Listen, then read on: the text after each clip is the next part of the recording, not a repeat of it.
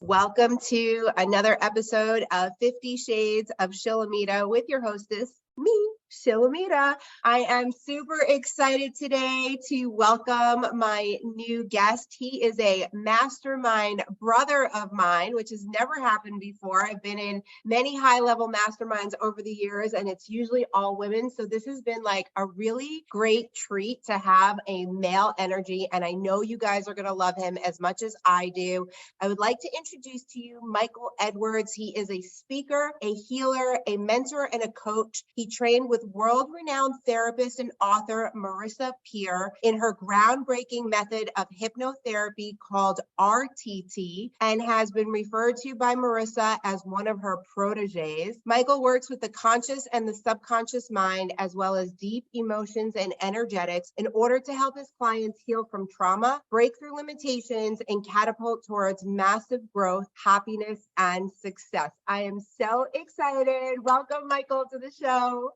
Thank you so much. I'm so happy to be here. It's so funny. I don't think about, being the only boy in the mastermind, and then every now and then someone mentions it, and I'm like, oh yeah, this is a thing. I just love it. I love your smile. I love how you radiate. You could just see that you just exude love. And I know that that is one of your core values is love. And it is mine as well. People don't really think that about me because I'm so jarring and so disruptive in my content and the way that I speak. But I explained to somebody yesterday, and I was like, when you read my things and you get annoyed with me or you think like anything, like just know I always come from a place of love. Like I don't try to purposely make people angry, or if I think I'm funny, like I think I'm funny and I'm coming from a place of love. I know that my humor is not accepted by everybody, but it just is what it is. So I'm wondering, where or when did you grab onto this core value of love and bring it into your work and your life and your daily being?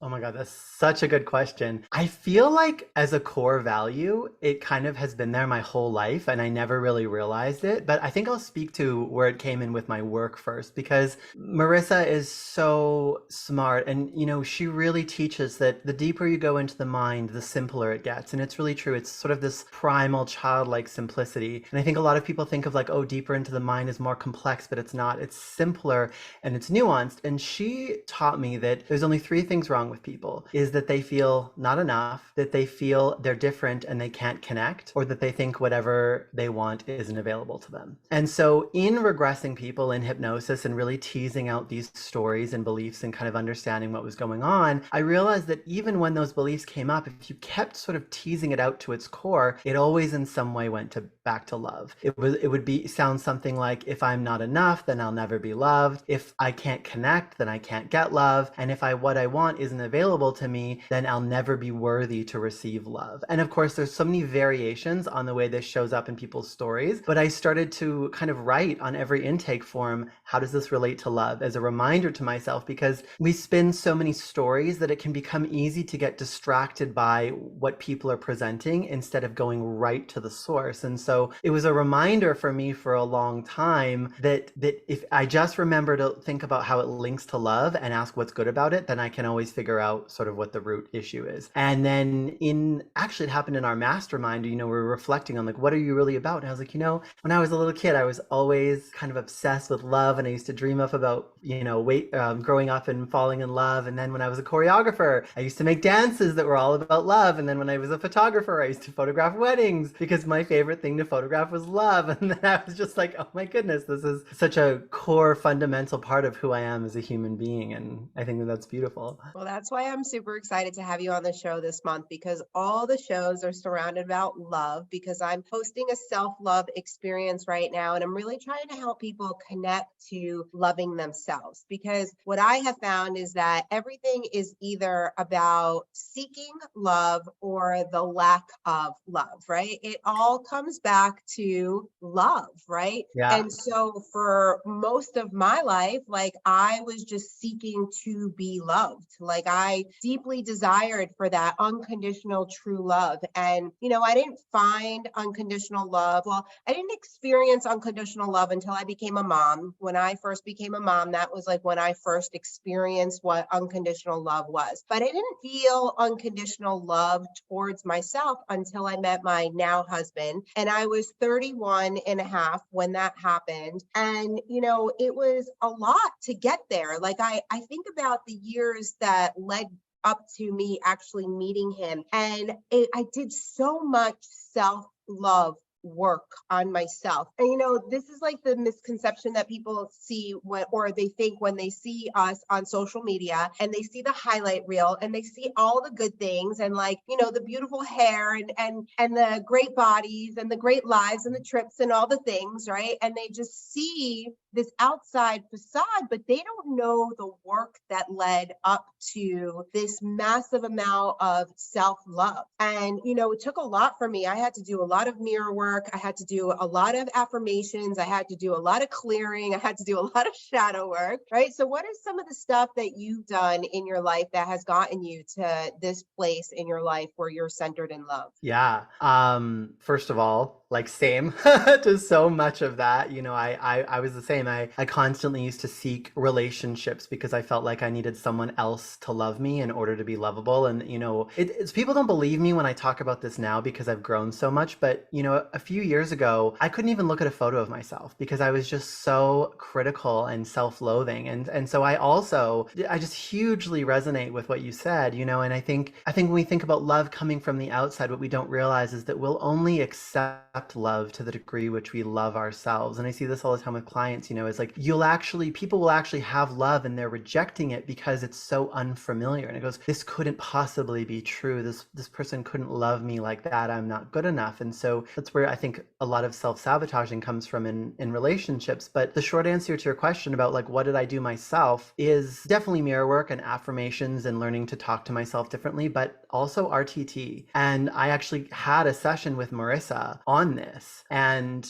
it like fundamentally changed me as a being. Like I cannot articulate enough how much having that session with her changed me. And it's so funny because that's not even what I was focused on. I think I said I went in and I was talking about my body and I was like, oh, like I weigh too much and I feel like I can't be in a relationship and all that. And she's so smart, which is what she taught me to do, is just to cut right through it. And it's like, oh, your problem is that you don't love yourself. And so she really got in there and challenged that belief. And after the session with her, I just couldn't like unsee myself as lovable. And then it kind of grows like a seed, and there's like this incredible immediate effect, but then there's also the compounding of now I see myself differently. And so I live differently and I make different choices and I talk to myself differently and I embody like, I don't know, the essence of my being differently. And then what does that look like 2 years later? Well, it looks like a completely different human being, so much so that sometimes when I tell stories of the past, people don't believe me. Right. I could totally relate to that. And there was like so much to unpack there, what you were saying. So first I want to bring it back to you and I had a conversation this morning because I was watching your stories and on there was a session of you doing the RTT. So I definitely want to unpack that a little bit. But in regards to, the way that you viewed yourself, I struggle with this still, even with all the self-love work that I've done, right? I'm 43 now. I have a man who absolutely adores me. He tells me I'm hot if I have like snot coming out of my nose and like things in my teeth. And I mean, he just like loves me to the core. And we have our family value is rooted in love. I mean, my children tell me how pretty I am, how hot I am. I'm like, oh my God. Like, I don't know if you guys should be saying that to mommy, but I love it. It's like the cutest thing ever because like they really mean it. And I know that they mean it, but then I go and I stand in front of the mirror and luckily, like I'm super happy with how I look from the neck up now. I think that I'm beautiful. I love my hair. Like I love myself, but this body dysmorphia thing that is happening. And I'm finding now that I'm in such a great place in my life. And like, this is really the happiest I've ever been. It's the thinnest I've ever been. It's the healthiest I've ever been. It's the calmest I've ever been, right? It's like this emotional intelligence that I've acquired, but I look in the mirror and I'm just like, I don't always love what's staring back at me. And so these last couple of weeks, I've really tried to not weigh myself. Like since the wedding, I've put on weight and I'm more than I was a year ago. And in July, like before the wedding, I really worked hard to get into my dress. And I'm finding that now I'm weaving in and out of all of these addictions, right? It's either I drink too much, I eat too much sugar, I work out too much, I have too much sex, I shop too much, or I self-loathe. Right. And it all comes back to the self-loathing. Like no matter which direction that I go into in doing the addictions, it always comes back to this viewing of self. And so this morning, this clip that I watched of you and this client, her testimonial for you was just so beautiful. The way that she saw herself after just one session. And I'm wondering, can you explain this to us? What is it that you do? What is it, this RTT method that gets into the psyche I need this. I need this in my life. I want to love what I see in the mirror with my clothes off. Totally. So I'm going to speak to it in metaphor first, and then we'll get to a little bit more practicality. So the way I like to think about it is that all of the conscious work that we do is kind of like weeding the garden. So it's almost like you go through and you like pull everything out of the top, you cut off, you trim it down all the weeds, but the roots are still in there. And eventually they kind of like grow back. And so you keep having to put effort into weeding because there's you're not getting rid of the roots. And so what I think RTT and the subconscious work and what hypnosis gives us the ability to do is to really get to the very, very, very, very, very deepest root and pull it out. And so that doesn't mean that you never have a negative thought, that you never have to do work again, but you can just imagine with the garden, if you took out all the roots and then the maintenance is so much easier. It's like a little seedling, we're just going to rip that out and it's gone, right? There's the established sort of pattern, which really is a neural pathway, is just gone or inaccessible. So it makes the conscious work and the self work so much easier. So I really believe that they go hand in hand. I think in order to have everything that we want, you've got to have them together. And so from a practical perspective, going back to the simplicity, it's often something so young that we just interpret something a certain way, whether it's true or not, what was actually happening, it doesn't matter. It's just the meaning that we create. And then we just start to see life through a slightly different lens. And for a lot of us,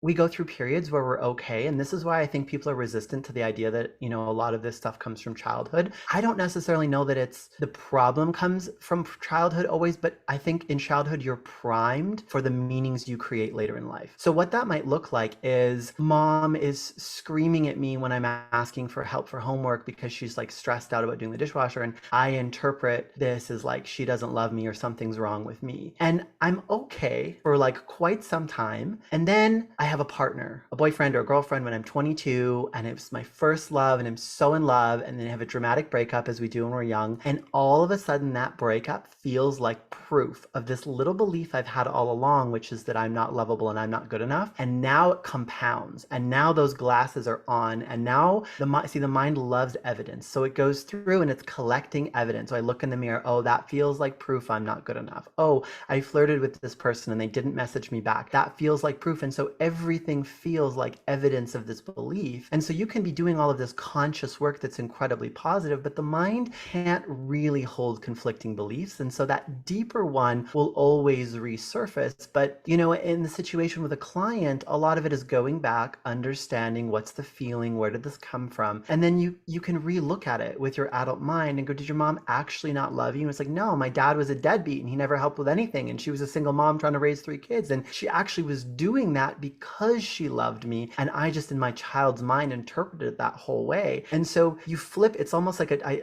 think of it like a domino belief. Like you flip that one domino and it just trickles through everything. And that's why you can address, 1 or 2 really deeply held beliefs or stories, and then it ripples throughout someone's entire life. Oh boy, as you were talking about that, I just saw myself as a little kid with cookies under her bed, right? My mom yelling at me, like it's like all the things just got re-downloaded. And And I love that. I love that you have to get to the root, right? Like I spent Yeah. 13 plus years as an acupuncturist. So as an acupuncturist, when somebody would come to me with elbow pain or headaches or, whatever they were there with, it's like I could treat the pain from the surface, or we could get to the root of the problem. Why is this actually happening? So you're doing this with the brain and the neurological pathways, which is super cool. Tell me, what is the difference between RTT and like regular hypnotherapy? Is there a difference? Yeah, so first I just want to say you like nailed it there. I couldn't have said it better myself. It's 100%. That's exactly what it is, right? It's like the difference between going to the doctor and getting like, oh, here, I'll give you this drug to treat this symptom, and really being like, what is functionally wrong with my body, right? So RTT is, I mean, it's like Marisa's life's work. And if you ever listen to her, she is just incredible. I feel like people, even with RTT that are trained in it, don't always understand the value of it because it's kind of a framework and a modality. But what she also gives you is her approach to like psychology and healing, which is profound. I feel like I always think of it like, if you think of the mind as like a dishwasher or like a laundry machine. I don't know why I have this analogy, but this is always what comes out. You think of the mind as like a washing machine, and you're standing there and you're like, I just want to do my laundry. Like, how do I do it? And you've got one of these new ones that's got like all the dials and buttons and options and modes and maybe even like Wi-Fi. You're like, I just want to do my laundry, right? And you ask someone and the tech comes and they're like, oh, let me show you. And they take off the cover and they're like, first, let's show you. These are the hoses in the back and they connect to this. And this is the instrument panel. And it's like made out of this. And you're just like, none of this is actually helping me do my laundry. Like what I want is the user manual. Like, how do I do it? And so I feel like so many people in the realm of, work around the mind get so caught up in the complexities of how things work. And the thing is, I'm not here to be the engineer of my mind. I'm not here to be a neurosurgeon. I'm not here to do brain surgery. I am the user of my mind. The client is the user of their mind. And so Marisa, I feel like, just hands you this user manual while everybody else is standing there trying to dissect the washing machine. She's like, here's the user manual. Like, this is how you do it. And so there's like this beautiful, profound simplicity in the understanding of how the mind actually works, and combined with like this incredible humanity and this looking at people instead of going, what's wrong with you, looking at like, what happened to you, assuming that this person is this amazing, beautiful, extraordinary person, and something has happened in their life to block them from being that, rather than, oh, you're just like not good, or you are just this way. It's like, what happened to you? What got in the way of your greatness and you exuding lovability and joy and all those things? And let's fix it. I love that. So what does a session look like? How long is it? Do you do it online, in person? How does that work? Yeah, so I do them mostly online, like 99% online, which is just as, powerful and effective. And there's a fairly in-depth intake form that really helps me get clear on sort of what to ask. And the first about 15 minutes of the session is the intake. And so this is another thing is, Marisa taught me to really get down to the core of what's going on with someone in about 15 minutes, which is an incredible skill in itself. I've even had people, say to me like, I got more clarity off this 15-minute intake than I did off of, like 2 years of work and reflection. So that's really, so we get really clear on, and the most important things are, what do you not want and what do you want? And the thing is, I sort of always come at it with the approach of the client doesn't know exactly what's wrong. They sort of know what they're experiencing or what the symptoms are. And then you put the client in hypnosis, which is very simple. It's just like a guided meditation. It's just relaxing, going inwards. You're not out of control. It's actually really lovely when you get used to it. And then you ask questions and you go back. And so you kind of cut through all the noise. You see, and you'll ask people sometimes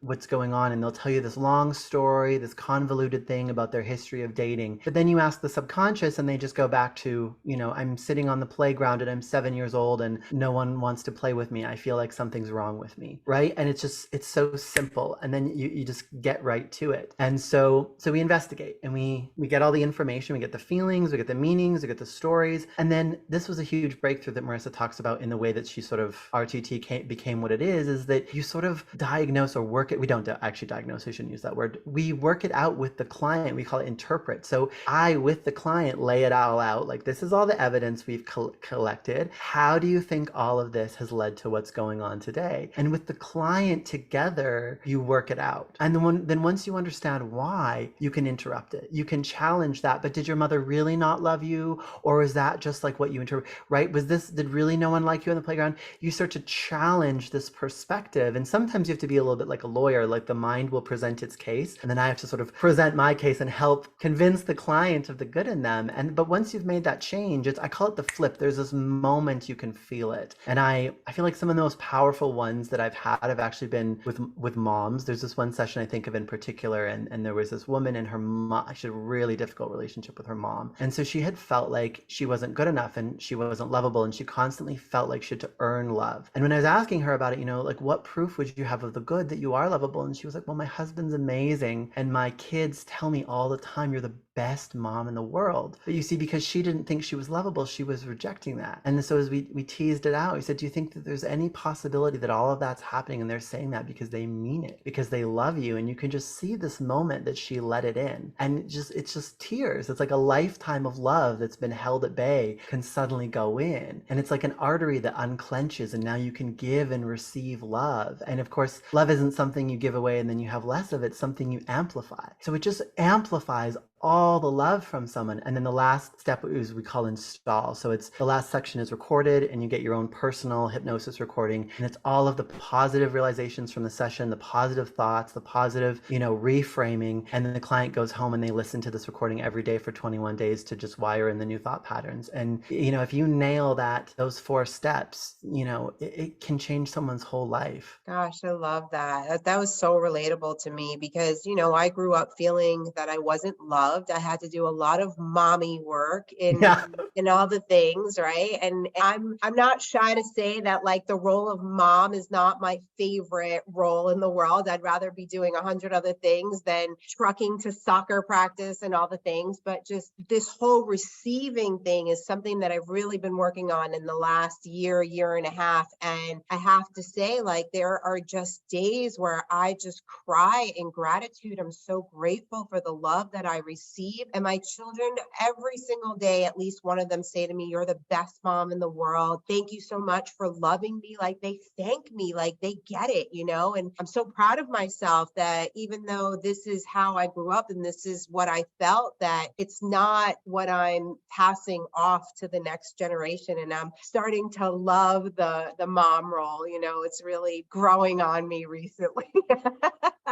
But going back to the 15-minute intake, I have to say that, in acupuncture, it was the same thing. I would do like this extensive intake with people. And within 15 minutes of our talk therapy, before I even touched them with the needle, it was like I could unpack their whole entire life and get to the root of their problem. And it was just like so like eye-opening, like I love when that light bulb goes off and it's like, well, wow, I remember I had this one patient who was like, I've been in therapy for probably 25 years and you just gave me everything I needed in 15 minutes. So it's really amazing, like when you're in front of the right healer, right? Or like when the student is ready, the teacher appears kind of situation, that you're able to put this stuff together and you're really able to create change. And I loved watching that in your session the other day. I really loved that you posted that on your stories. And for those of you that are listening or watching, you definitely should go check out Michael. Michael, how can people find you on social media? So I'm michaeledwards.live on Instagram and I think Facebook as well. And then that's also my website. There's no .com, it's just michaeledwards.live. So it makes it super simple for everything. I love that. And so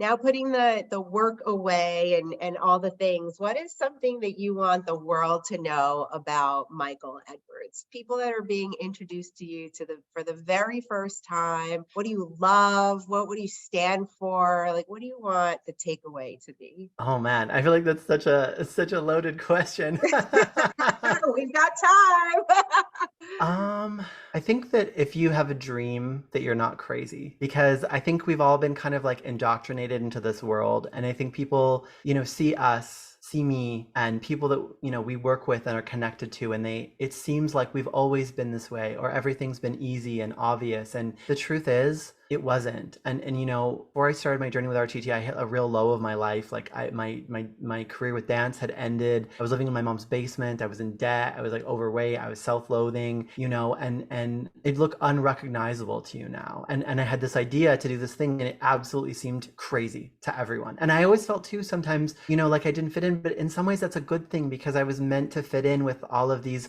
entrepreneurs and all of these people who are like, thought leaders and dreamers and visionaries, because I'm a match for that. So I don't know. I think, I guess it's not really about me what I'm saying, but I guess it's if I can do it, you can do it. You know what I mean? I think we see people in their heyday, kind of like you're saying about social media. It's like we also see people at a certain point in their life and we don't see what it took to get there. The whole thing about like overnight successes. It's like, it's not really an overnight success. It's just that the visibility all of a sudden, took off, but we don't see all of the work. And the more I'm in this world and the more I learn and grow, and the more I work with entrepreneurs, that I realize that the game of like success and happiness and entrepreneurship really is the game of personal development, and our ability to deal with our fears and our vulnerabilities and the things that hold us back on a personal level, on a very personal level, is the very thing that allows us to become a match for everything that we want and that we want to become. So I guess the short answer is just like, if you have a dream, just friggin' go for it. Have plan A and fight like hell, and don't have a plan B, because you don't need to settle. I love that. That's such a good answer. I definitely put you on the spot for that. And that was perfect. Perfect. Because I feel like a lot of people who are in my world or listening are struggling, right? They're Yeah. on the struggle bus. And, the last couple of weeks, I've really been talking about being on the struggle bus, because people don't realize that even when you reach the high of the highs, even when your bank account is filled with money, even when you have the kids, have the husband, you're still going to go through these traumas and these childhood wounds, and then forget about your life. Then you bring in the ancestral stuff, right? Like what happened to your grandmother and your grandmother's grandmother, and like now all of a sudden you're healing all of their garbage. And it's like, what is happening in my life right now? But I love that you said the overnight success thing, because I'll never forget, I was on the toilet this one day and a sale came through for $300, and I was like, yes, I'm gonna write the post. I just took a poop and made $300. Oh my God, I love that so much. And I want to say too, I really commend you for sharing so much. And it's actually something that I've been trying to do more as well, because I think it's easy to be in this world of, healing and personal development and feel like you have to portray this perfection all the time. And it was actually something I kept getting asked by in interviews and like students and clients. They're like, but it seems like you're so perfect. It seems like you have everything so figured out. And I was like, no, like the only reason I know is because I've been through all of this as well, and I kind of know more about how to handle it. So that was a big thing for me, is I was like, I need to be more, not that I wasn't transparent, but like make a point of like when I go through something difficult, actually sharing it. Because I think if we don't do that, it creates this false perception of success, and then people compare themselves to that and they think that there's something wrong with them. When the reality is like, we're in rooms with people that have it all, have the relationship, the life, the money, the everything, and all the feelings are the same. It's just like you level up and then the boss comes back and you have to fight it again. But like now it's the level 10 boss, but now you have the level 10 powers, and then you get to level 11 and you have to fight the boss again. And the boss is like, that's like, it's our shadow self, and that never goes away. And so learning again, which is why learning all of this stuff is so important. But I just want to say, I really appreciate and respect, that you are so transparent. I think it's really important. And I think it's like, we all go through that. I had a little dark phase before Christmas, and I shared that in one of my programs, and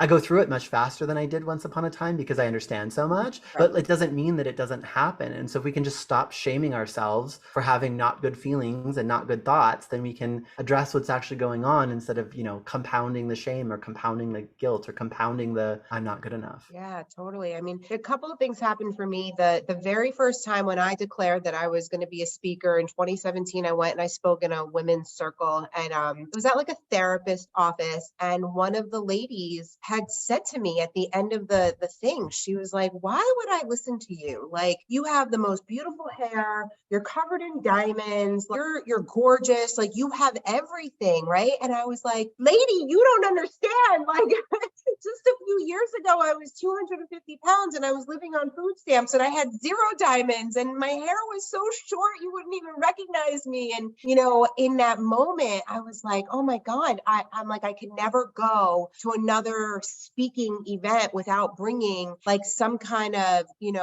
PowerPoint, or like I made like this triboard with like photos of me, so that because people see you in their perception and they can't get past what they're seeing to see the struggle that brought you to where you are. So that was kind of like my first introduction to that. And then pre-COVID, I had branded myself as the goddess of gratitude, right? So the goddess of gratitude, she only talks about positive things, and it's all rainbows and unicorns and all things that are blissful and happy. And then COVID happened and I was fucking pissed.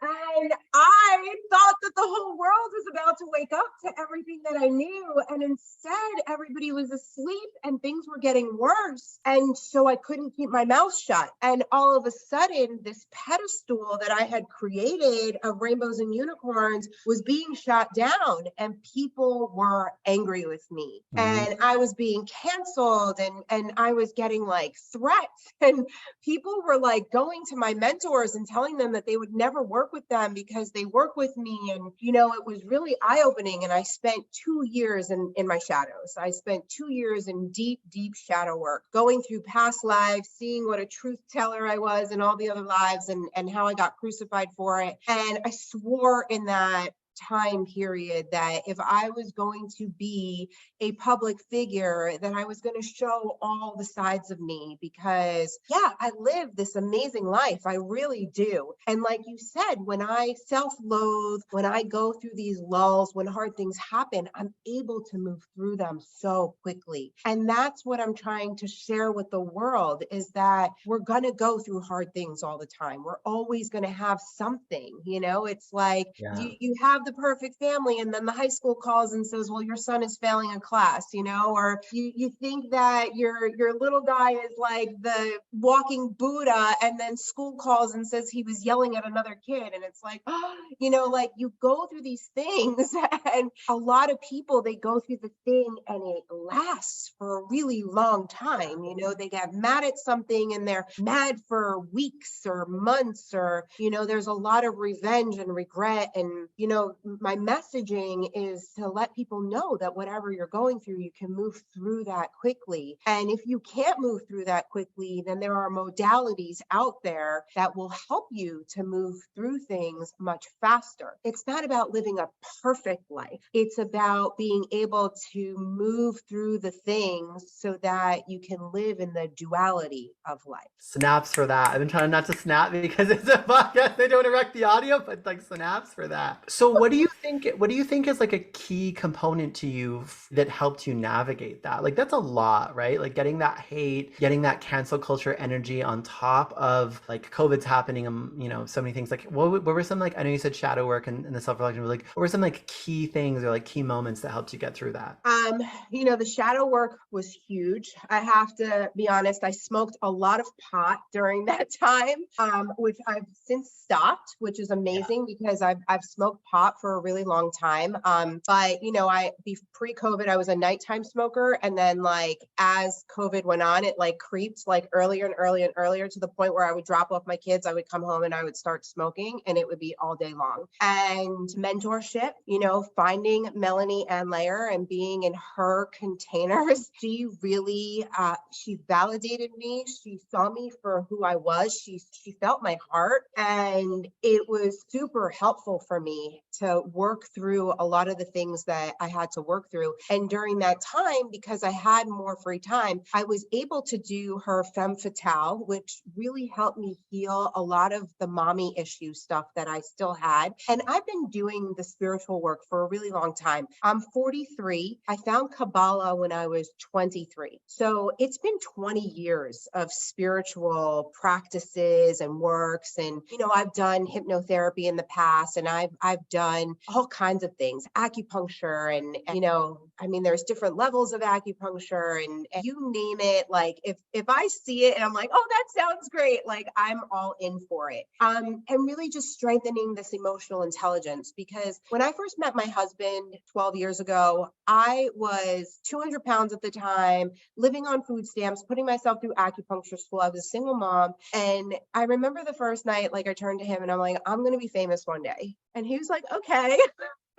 And I'm like, no, you don't understand. Like, I'm going to be famous. I'm going to be speaking on stages. And like, he was like, well, you're just so hot. Like, I just want to impregnate you. This is what he would say to me. And I'm like, well, okay. Like, I just hope that you're prepared to pay for a nanny and that you're going to be backstage, like, while I'm doing my thing. And so it was like just this innate knowing that I just had this in me that at some point in my life, I was going to inspire people. When my son was about 9 months old, I got a copy of this Mind, Body, Spirit magazine. I don't know if it's still in print, but there was a 100 top spiritual leaders of the world list. And there were people on there like Wayne Dyer, Louise Hay, Deepak Chopra, Oprah was on there. So it was my goal in that moment that I was going to be on that list, that before I died, I would be a spiritual leader in this life. And I remember the very first vision board that I made, I wrote that I was going to be a motivational speaker and I was going to be an author. And then I sat with myself and I'm like, what the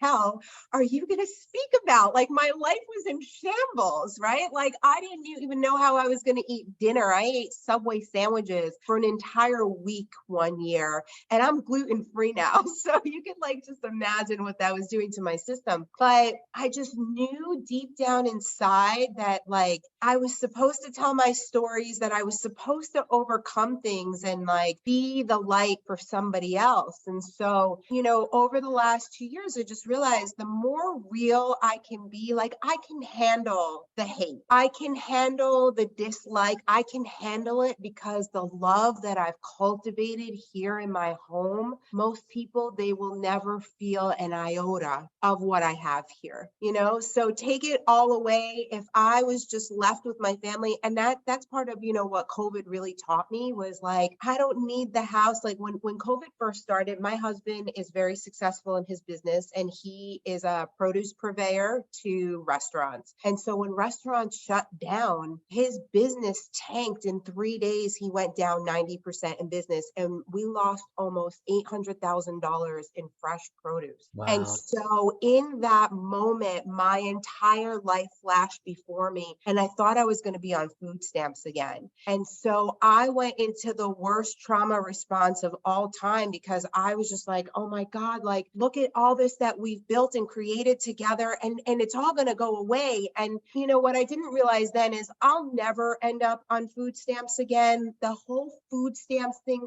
happened for me because I needed to heal those ancestral lines of poverty and, all that kind of stuff. But like, I'm too smart at this point and I'm a hustler and I know how to make money and I know how to receive.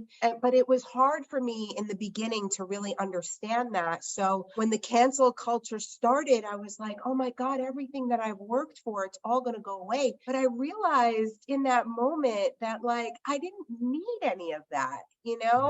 I love my blowouts, but I don't need my blowouts, right? I stopped wearing my diamonds during COVID because I went to go work in the warehouse and I felt so bad for the people that were struggling. And I just realized like, I don't need any of this. I just need the love that I've created. And so the love has just gotten so deep and so pure. And that's it. It's like love will carry you through it all, like full circle back to how we started this conversation. If you have love, you really don't need anything else. Yeah, that's so powerful. And it's like such a beautiful like articulation of, I guess, what we would call personal power too, isn't it? It's like the once I realized that I have it all, like it can't be taken away because I'm not giving it away, and to mention Melanie too, like there is just something so special about that Melanie layer, isn't there? And it's so funny hearing you talk too, because I feel like the moment we started the Matrix, I mean, the first time you talked, I was like, oh, her. I was like, there's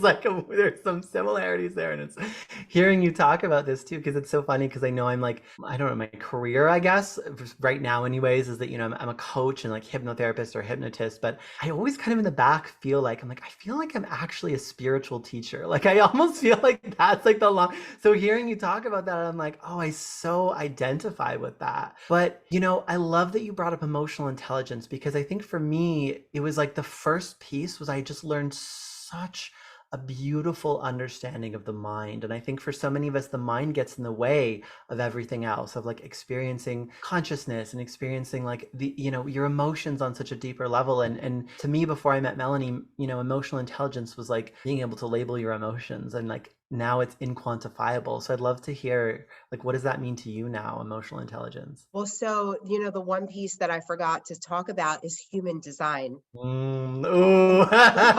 Hello. This was the saving grace for me, was learning human design right at the start of COVID. I had taken a class or a master class or something, and I remember learning that I was a projector.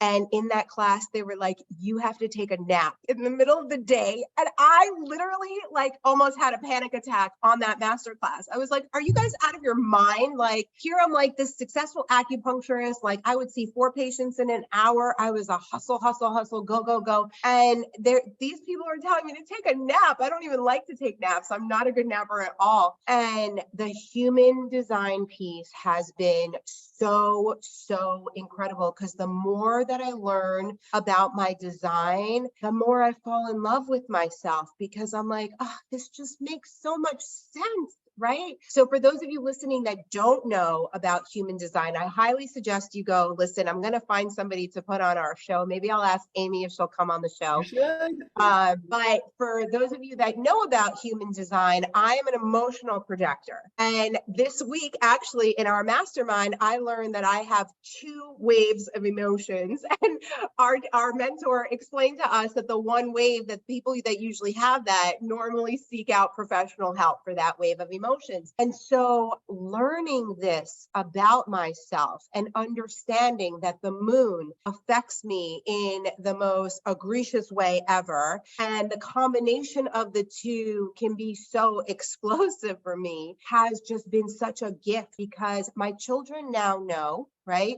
And I can feel it. I can sense the crank coming, or I can sense that I'm going to snap. And so I fair war them, like, mommy's cranky, and they'll be like, oh no, is there a full moon outside?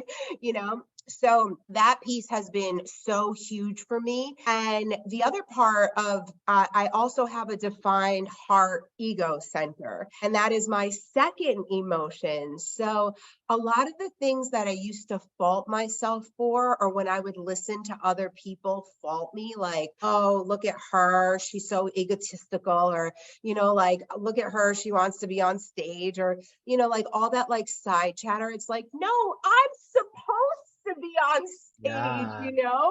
Like, I remember Homaya once said to me, I forget what the conversation was, but she was like, Shill, it is like in your DNA to be famous. Like, you will not feel complete in this life if that's not you, right? So I was in the channel mastermind that I'm still a part of, and the women there, they bought me a billboard for my wedding gift. Like, they slapped my photo Oh my God. on a billboard on a super busy highway in New Jersey. I mean, if you don't understand who I am, like, here are these strangers from the internet, like, they get me, right? Like, and it's okay to be me, and it's okay to want my picture plastered on a billboard or on TV, or so it's just this acceptance of self, and human design has given me that, so if I like hear somebody talking poorly about me in any way, it's like, fuck off. That's your not Like, self-esteem. Yeah.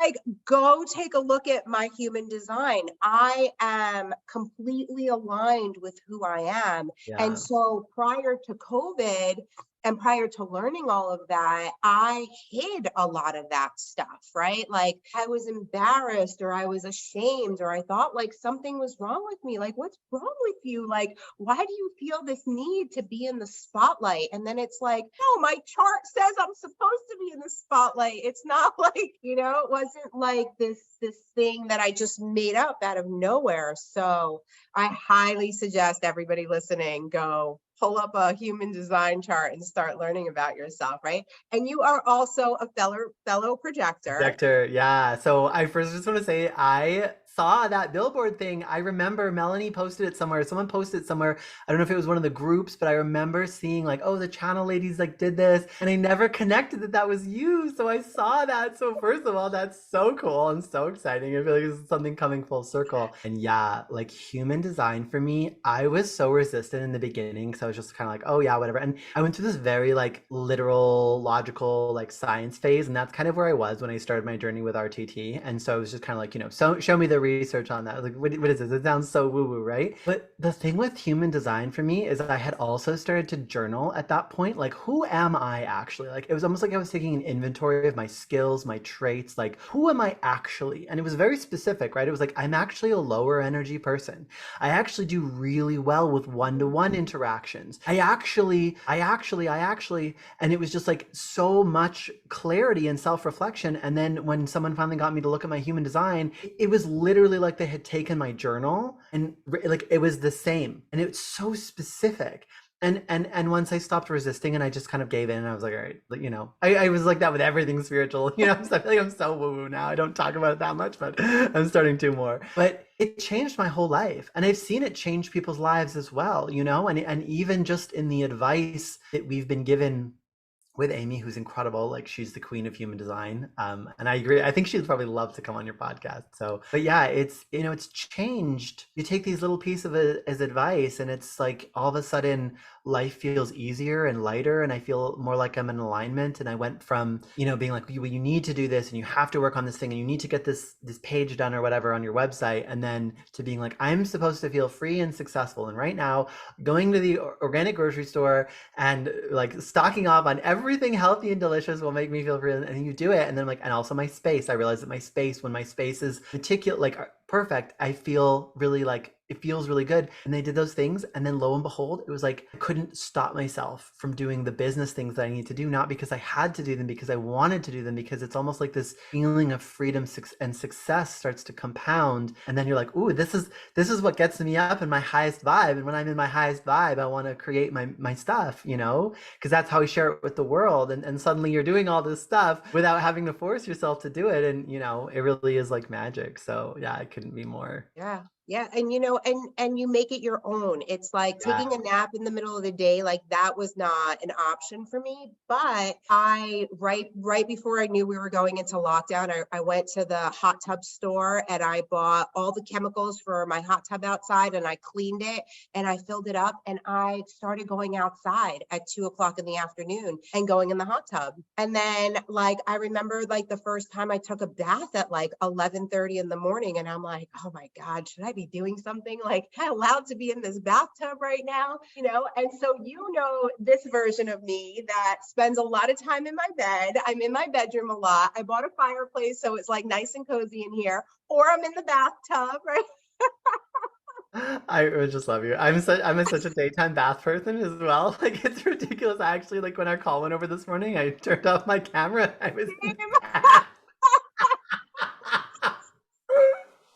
Oh my God, so good.